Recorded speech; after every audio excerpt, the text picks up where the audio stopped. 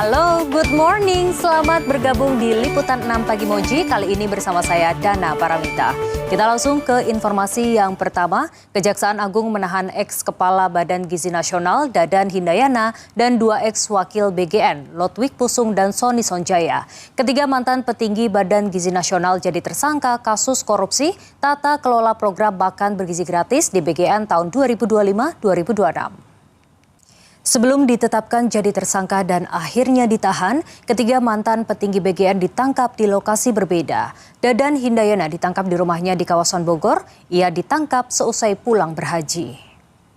Deretan kejanggalan proyek fantastis di internal Badan Gizi Nasional atau BGN dibongkar Kejaksaan Agung. Mulai dari pengadaan 21.000 motor listrik senilai 1 triliun rupiah, puluhan ribu sepatu dan tablet, hingga televisi jumbo 75 inci diduga hasil markup anggaran. Menyikapi anomali ini, Kepala Staf Kepresidenan Dudung Abdurrahman mengungkapkan bahwa operasi penggeledahan oleh Korps Adiaksa sebenarnya sudah direncanakan sejak lama.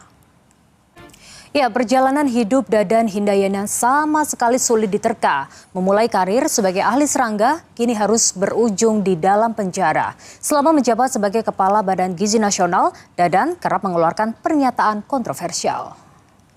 Niat awal program makan bergizi gratis bikin anak bangsa sehat dan juga pintar. Tapi faktanya bukannya surplus nutrisi, malahan ribuan anak tumbang karena keracunan akibat buruknya layanan dapur SPBG.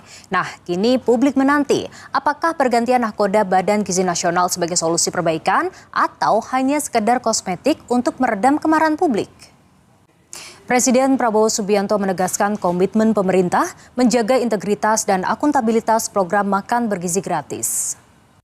Masih soal kasus hukum, Wakil Menteri Imigrasi dan Pemasyarakatan Silmi Karim menyerahkan diri ke KPK. Silmi Karim salah satu pihak yang diburu KPK terkait rangkaian operasi tangkap tangan di Jakarta Barat dan lokasi lainnya pada 2 hingga 3 Juni kemarin.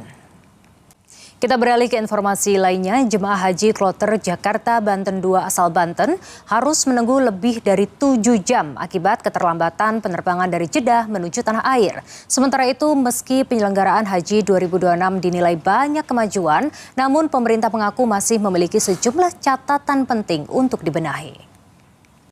Ratusan siswa baru Sekolah Rakyat Menengah Pertama atau SRMP 10 di Bogor, Jawa Barat mengikuti kegiatan masa pengenalan lingkungan sekolah atau MPLS. Agenda orientasi ini dihadiri langsung oleh Menteri Sosial Saifullah Yusuf yang menegaskan komitmen pemerintah dalam memutus rantai kemiskinan melalui jalur pendidikan inklusif.